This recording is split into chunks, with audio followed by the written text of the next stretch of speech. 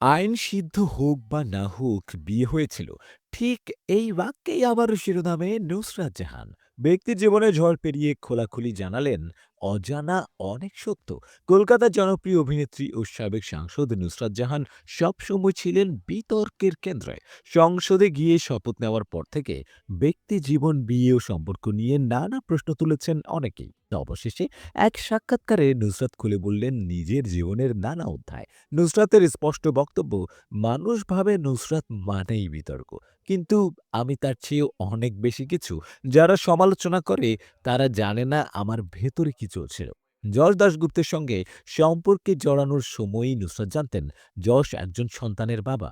তবে সংসদে গিয়ে বিয়ে অস্বীকার করার অভিযোগের ব্যাখ্যা দিতে গিয়ে তিনি বলেন, আমি কি বোকা? বিয়ে করে সংসদে গিয়ে আবার বলবো বিয়েটা হয়নি? তার দাবি, আসলে প্রাক্তন স্বামীর পক্ষ থেকে আইনি চিঠি এসেছিল, যেখানে বলা হয়েছিল সেই বিয়ে বৈধ নয়। সেখান থেকেই তৈরি হয় ভুল বোঝাবুঝি। নুসরাত স্বীকার করেন, বিদেশে বিয়ে হলেও রেজিস্ট্রির জন্য সময় পাননি। কাজের চাপ, সংসদীয় দায়িত্ব সব মিলিয়ে রেজিস্ট্রি হয়নি। তার ভাষায়, এটা আমারই ভুল। তবে বিয়ে হয়েছিল, সেটা বৈধ হোক বা না হোক।